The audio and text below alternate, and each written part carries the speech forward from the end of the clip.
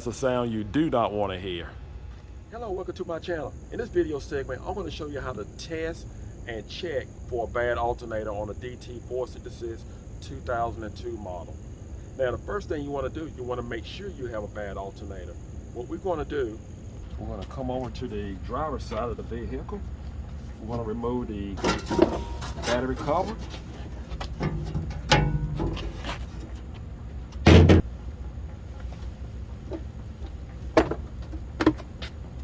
And we want to see exactly where we are right now.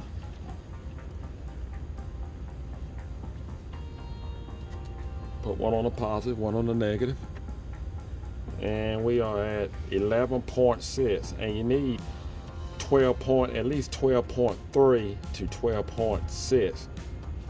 This vehicle will not start. So what I'm going to do, I'm going to hook up the battery charger to it, jump it off, and we're going to check it at the alternator to see if it's actually charging at the alternator. You want to hook up your red cable to your positive. For your negative, we're going to hook up the black cable. And make sure you are wearing safety glasses when you do this. We're going to let that charge for a minute or two. We're going to start up our vehicle. Like I said before, you can check at your battery to see if your vehicle is charging.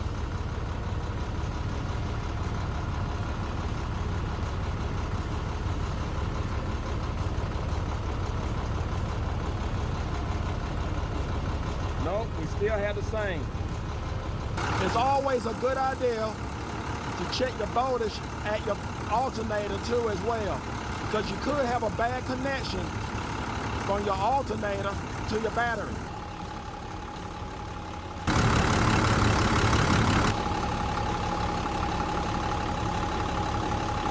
Yep, it's going down even lower, so we definitely have a bad alternator. Now we are back at the batteries. And what we're going to do, we're going to disconnect our negative battery post right here.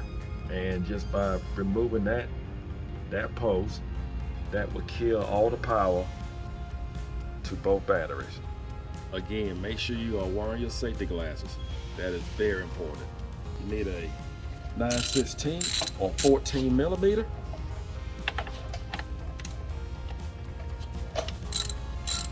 Just pull up on your battery post.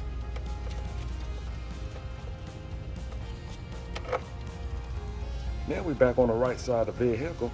This tensioner right here, we're going to use a 1/2 inch breaker bar, a ratchet, and we're going to loosen up on this belt so we can actually remove it off of the alternator. What you want to do is take a breaker bar, we're going to put it right in this slot. Just going to pull back on the bar to release the belt.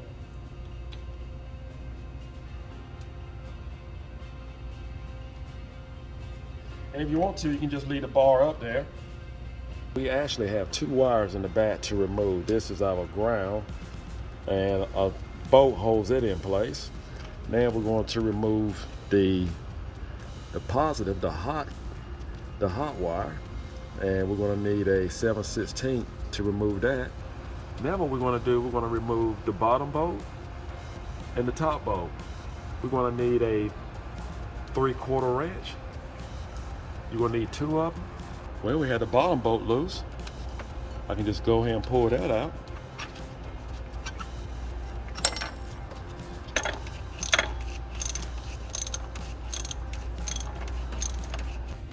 Go ahead and pull this top bolt out. Chances are it's going to be tight on the bottom, and you're going to have a dowel right here. So just take a screwdriver and just work it. Just want to move it, loosen it up. There we go. All right. Now we need a 15/16 socket with an impact gun. Here's our new alternator. Part number, price range.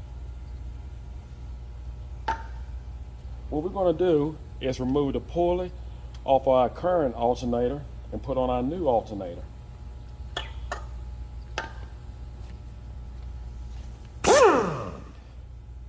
Again, make sure you're wearing safety glasses.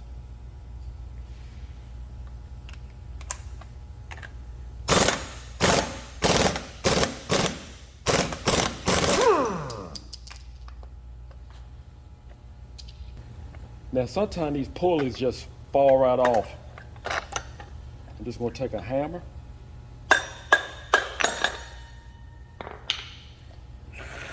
Let's move that out of the way.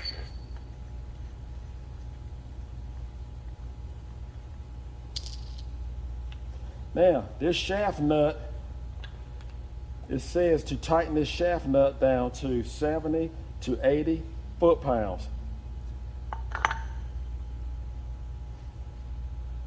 That's pretty much where I have my torque, not my torque wrench, but my impact gun set to.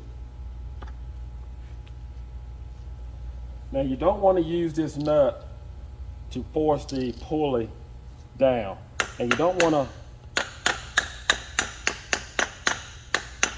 hammer too much on this pulley. You don't want to damage the pulley. Just tap it in.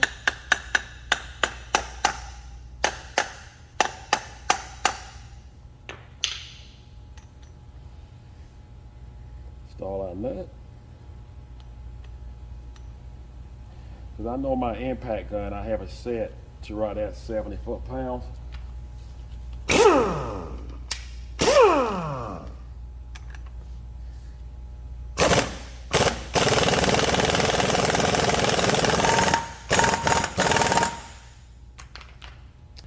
This is the dial that will be on the bottom, and this is why it took me a little while to remove the old one. Now if you put it on, this going to be much easier to go on than the old one was to come off. Slide it back into place. Like I said, the new one is a lot easier to get back in than the old one is to come off sometimes. Now we can take our bottom bolt.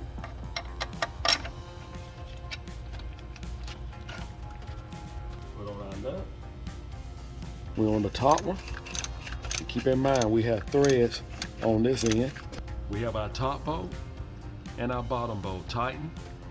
So now what we're going to do is just put the belt back on. I'm going to make sure it stays on the grooves of all the pulleys.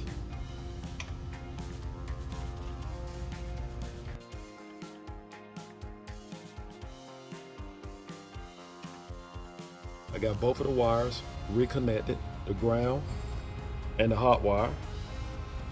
They're both reconnected. That we're going to use a new booth. But anyway, it'll get us by for now. Next thing we're going to do is reconnect the batteries. And I'm going to hook back up this negative battery post. And when I do that, I'm going to put the battery charger back on it and let it charge, because you do not want your alternator to work double time, just trying to charge up dead batteries. It's supposed to keep a battery charged. It's not a battery charger. We want to give it a good 15-minute charge. Let's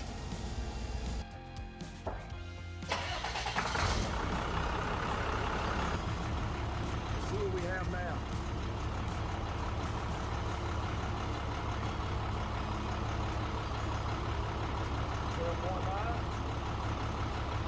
Looking more for 13. Let's see what kind of reading we get from the alternator.